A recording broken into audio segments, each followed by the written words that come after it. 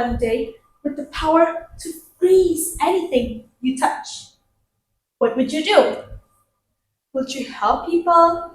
Would you build a snowman? Or would you accidentally become one of the most feared queen in the kingdom? Good morning, everyone. My name is 𝘗𝘳𝘶𝘫𝘭𝘪𝘴 from class 10-5, absent number 9.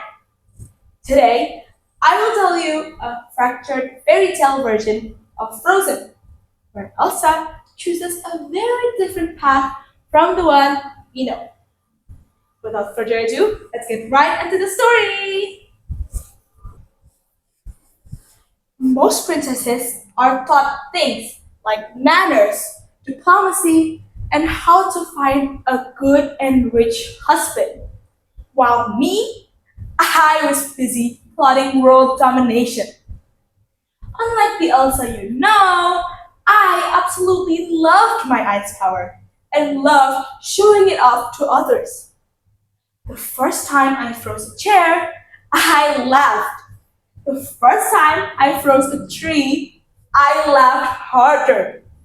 The first time I froze a royal advisor's wig to the floor, best day of my life. My little sister Anna also thought it was hilarious. Sometimes she would shout, "Again! Again!" Then I would froze another bald man's wig to the floor. And then we would cackle until our stomachs hurt. Unfortunately, my parents weren't nearly as impressed. "Elsa," my father scolded, "you can't freeze people just because they annoy you." I shrugged. "Why not, father? It's fun." Strangely enough, neither of my parents had an answer. Years later, after my parents disappeared on a voyage, I became Queen of Arendelle. Honestly, I was mostly excited about their unlimited royal budget. Everything was going perfectly fine until my coronation day, when Anna ran up to me with the biggest smile on her face. "Elsa, I have amazing news!" "What, Anna?" "I'm getting married!" "To who?" "Hans! He's from a neighboring kingdom!" "Wait, you're marrying someone you just met?" "Yeah, is that a problem?" I stared at her, dumbfounded. Then I looked her straight in the eyes and said, "Okay, you know what? Maybe your brain is frozen if you think marrying someone you met today is a good idea." Unfortunately, I said that at exactly the same moment my powers exploded. Ice shot across the ballroom. The walls froze. The chandeliers froze. The cake froze. Everybody screamed. For a moment, I looked around the frozen ballroom. Then I smiled. Because, you know what? This felt amazing. For years, people had told me to hide my power, to control them, to be afraid of them. But now, everyone finally saw what I can do. "This is fun," I said. "But honestly, this is just child's play. Let me go find something better." Before anyone could stop me, I walked out of the palace and headed straight to the mountains. If I was going to use my powers, I wasn't going to think small. When I reached the top of the mountains, I threw my gloves into the air. My braids unraveled dramatically. My dress transformed into sparkling ice. Then I sang, "Let it go, let it go, can't hold it back anymore. Let it go, let it go, turn away and slam the door." Then I built the biggest ice castle imaginable. At first, I just wanted a place where nobody could tell me what to do. But after a few days, I started thinking bigger. Why stop at a castle when you can build a whole entire empire? Soon, I had an entire frozen kingdom army of my own. I had a rat named Ratatouille who became my personal chef. A polar bear became my bodyguard, and somehow a tiny fairy in a green leaf dress who was suspiciously obsessed with pixie dust became my tax attorney. I never asked how. Honestly, they were doing a pretty good job. Back in Arendelle, things were getting worse. The kingdom was trapped in endless winters. Crops were freezing, and people were starting to panic. Anna knew she had to stop me, so she went to the North Mountain in search for me. While searching, she met an ice seller named Kristoff and his reindeer, Sven.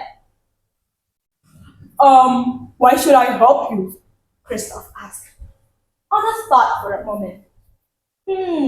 Because I'll pay you enough money to buy all the carrots Sven could ever want.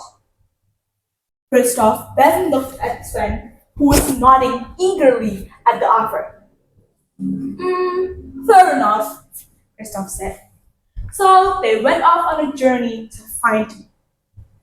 Along the way, they found Olaf, a snowman I accidentally created. Hi everybody, I'm Olaf, and I like warm hugs, he said cheerfully. Do you work for Elsa, Olaf? Anna asked suspiciously. Well, technically, I was made by her. Wait, are you evil? Olaf then thought for a moment. No, but I got dental benefits from her. Nobody really knew how to answer that. Eventually, Anna reached my castle and demanded I return home. Elsa, the kingdom is frozen, she shouted. Good. Good? How is stuck in an eternal winter means good? Anna, do you know how much easier it is to rule people when they're frozen? She looked horrified at my answer. That's terrible! I shrugged. I prefer the word efficient. We then continued arguing for so long that one of my snow guards actually fell asleep. Then Anna tried to stop me, so I froze her. Not completely, of course, just enough to be dramatic. Unfortunately, she escaped. Heroes always do. Apparently it's because they got plot armor or something. Then, a few days later, Hans arrived with an army. It turned out he wanted the kingdom for himself. Honestly, I respected ambition. The problem was, he wanted to take my kingdom. Suddenly, we were both trying to take over Arendelle, which made things very awkward. A huge battle broke out between the frozen fjord. Ice flew everywhere. The snow monster charged. Hans screamed dramatically every 5 minutes. Then, in the middle of all the chaos, Anna jumped between us. She wasn't trying to save herself. She wasn't even trying to save me. She was trying to save everyone. For the first time, I stopped fighting and looked around. The kingdom was frozen. Families were terrified. People were running for cover. And all of it because of me. I had wanted power. I had wanted control. But somewhere along the way, I had become exactly what everyone feared, a villain. So I lowered my hands down and controlled my powers. The storm then disappeared. The ice melted.